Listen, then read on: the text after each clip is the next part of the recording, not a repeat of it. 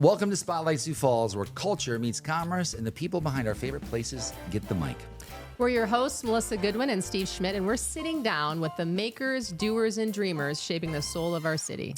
From storefronts to side hustles, tattoos to tech startups, we are telling the stories that make Sioux Falls shine. Because behind every business is a human story, and those stories, they're what make our community feel like home. This is Spotlight Sioux Falls. Welcome back to another episode of Spotlight Sioux Falls. I am one of your hosts, Steve Schmidt, and today we have Emily Spellerberg with us, and we were just chatting before the show. I feel like I'm already smarter about marketing and really what it takes to implement it. Emily, welcome to the show. Thank we had to you. talk not only about marketing, but you have a very full life. Yes, we do. Yeah. Very busy. I'm sure like everybody, so. Yeah.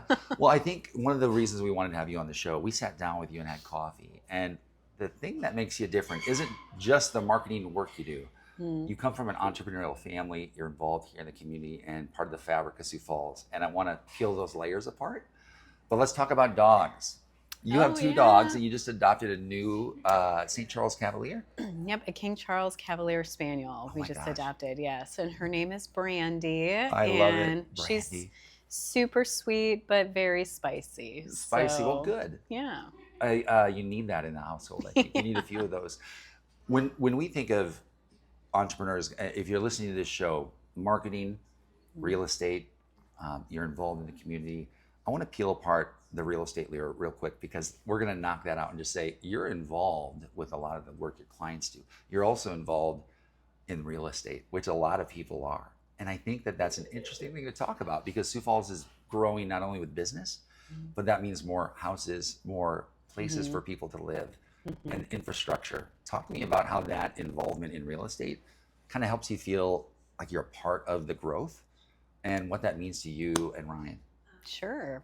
Yeah, I would say that's definitely a partnership my husband and I have been working together on since pretty much we met almost 20 years ago.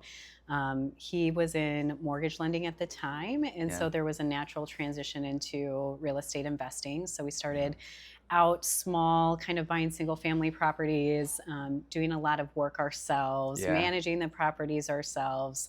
And we grew that to a small portfolio and then started really looking to diversify into more multifamily properties and commercial properties. So that is kind of where our trajectory has been in Sioux Falls, is really in the multifamily. So you're also very involved with the lawn service, right? Because now you've got real estate. Somebody's got to take care of the grass, for lack of a better term. Talk to me about that. Yeah. It's another venture.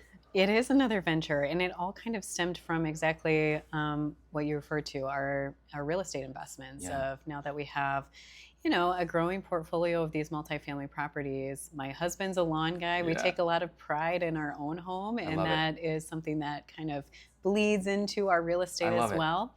And even our property manager, who's a great partner, was really struggling to find lawn care services that could meet our expectations on the quality and just what we were looking for in terms of maintaining the pride of ownership we have in some of these properties. I love that. That's the ongoing part. You're not just building. You're saying we want to take care of it. Yeah, exactly. We want it to be a good place that looks good and is an active part of the community. Exactly. I love that because there's certainly stories we hear where that isn't the case. Maybe it's more money driven or And I think that isn't as good for the community, right? Yeah.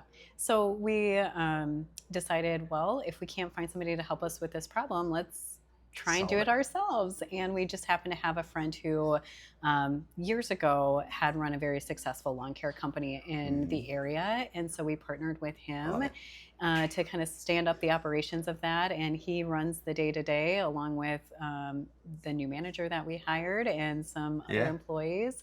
And it's been kind of great from the onset. Yeah, it's kind of interesting because I always tell people, if you looked at my resume, you would kind of skim it and go, oh yeah, she's in marketing.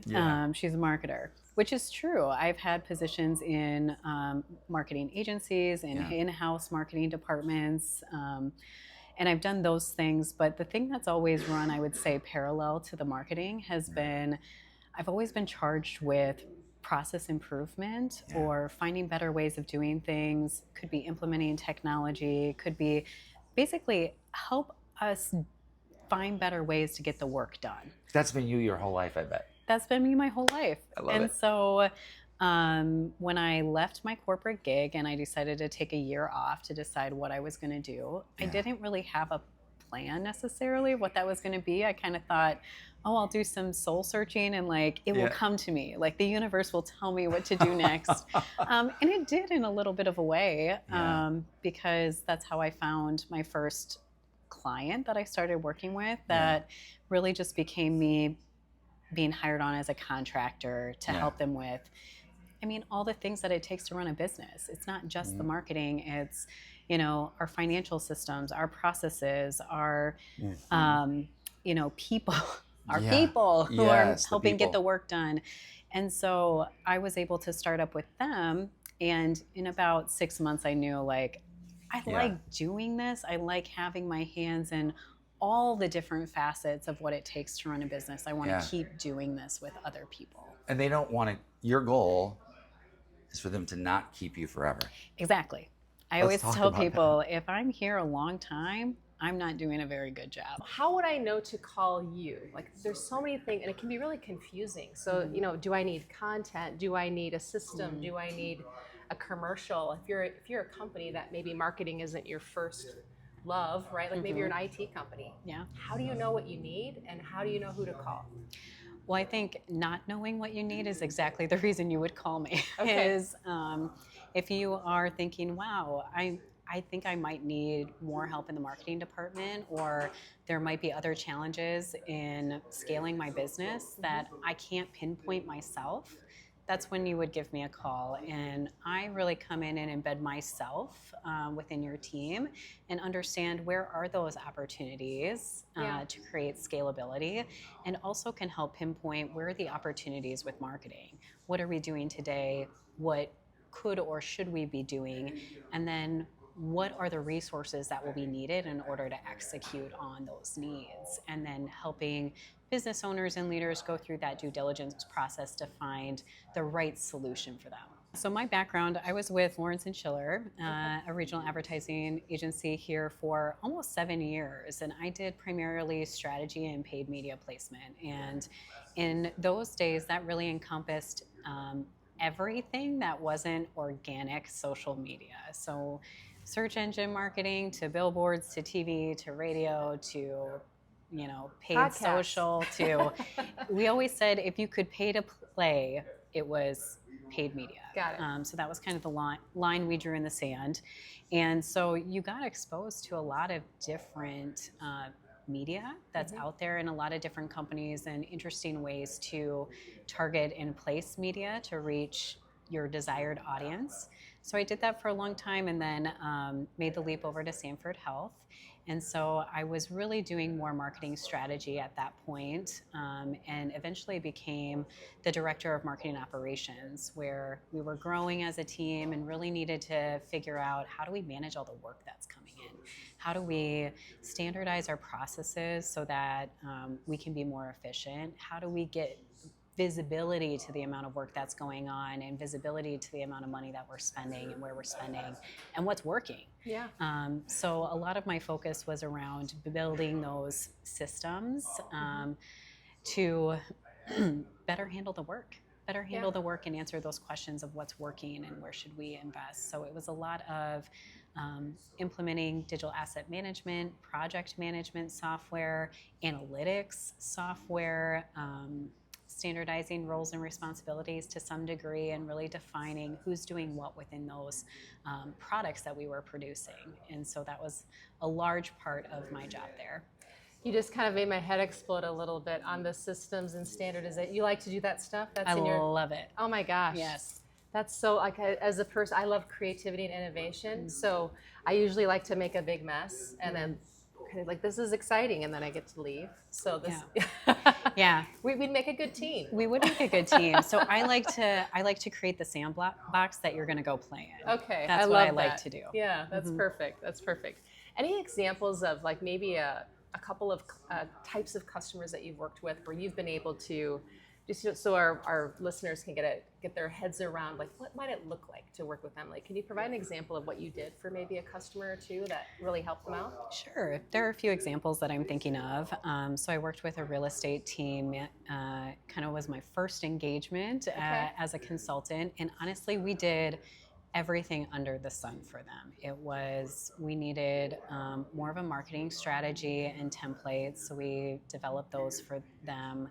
They needed more, I would say, discipline or structure around their financial reporting and financial systems. So we upgraded them to QuickBooks Online. We leveraged some of their existing tools to create their financial reporting to help them close out the month and know where they're standing, if they're meeting goals, exceeding goals. So we did that. We also worked on roles and responsibilities and processes. They had a small but growing team, and so there was a kind of a duplication of efforts, and people felt like they were stepping on toes. So we really worked to carve out what is the responsibility of this person and what is the responsibility of these other team members, and how do we play together in this process of buying and selling real estate, but also where do we have our own lane to own. So working with them on those types of things. Doing things from like pricing standardization, helping people develop out what their products are. So I've worked with B2B businesses, professional services, where they hadn't really defined the menu of things that someone could come and work with them on. So we help develop those products and services. What are you offering? And then putting together a pricing guide for their sales team so that everybody's really clear on how do we price these products appropriately to meet the financial goals of the business. So doing some of that work, doing some standardization of financial forecasting pipelines. So a lot of clients I've worked with have used different CRM tools. HubSpot is a popular one, where you can set up your deals and your pipelines and standardize those forecasts. So I've done some of that configuration work with folks and built dashboards so that they have real-time insight into how their business is doing. So I'd say those are some of the examples. Maybe a recent We need you in pretty much every aspect of our business, I feel like. No, this is amazing. It's almost like your operations / marketing. You're a little bit of both. Yes. Yeah? 100%. So anytime, and I know a lot of small businesses, everybody has a little bit, there's no defined roles when you start. You're kind of like, we have to do everything. And so it's sort of like there's the pain of, this isn't working anymore. Like we're stepping on each other's toes. We're kind of talking over like things are getting missed. Maybe a good opportunity to call you. Great opportunity. Yes. Yeah, very good. Well, how do people get a hold of you? Now I have your number. We might need to talk with you soon. But how do people get a hold of you and find you? I would say the easiest way to find me is really on LinkedIn. Okay. I'm exclusively on LinkedIn. I don't have a website. You will not find me on a website, but you can find me on LinkedIn, and my contact information is up to date. So. You continue on talking about like what you were talking about, and then I'm going to say, So kind of tell me about who your ideal customer is today for your business. Our ideal customer is currently, this is the interesting part, is that the qualifier we found is Sioux Falls business. There's a lot of things we're learning, right, in terms of verticals. Where we might reach those, but what we're finding is right now there's a couple, 3 or 4 areas that are prominent: consultants and coaches. Call it healthcare. And that spans from surgeons to people who have just opened up hormone treatment or hormones for women in midlife. Okay, so I'm just going to write these down. So I love it. Consultants, coaches, and then you have providers. There we go. And that can be independent or in a system. Okay. Another one is realtors. That's an interesting category we don't know what to do with. Though, really. We're getting to that. Spotlight, So these are the top 5. And so SMBs in general, I'd say service providers. So lawn care, pet. We have like lots of people who are opening or have just opened up. They have 40 spots filled in 90 in a pet facility, right? Where they may have a dog daycare next door. Lawn care? Yeah, lawn care. So those are kind of, and like Melissa said, the rest are like so different that we'd have to just say they're small business. There's a couple of different verticals. So we have people, the small businesses that we help to kind of provide visibility to. Then like there's the lead generation side. Yeah. Where we're helping like, and those businesses are usually a little bit bigger. They're somewhere in that, I'd say like, I mean, and really 20 million has kind of been that sweet spot, 20 to $50 million businesses where they've got a couple of sales folks. Yep. They're trying to grow. The old school like meet Bobby at Yep. the coffee shop doesn't work anymore. Right. They need some scalable systems, and that's our magnetic customer. Okay.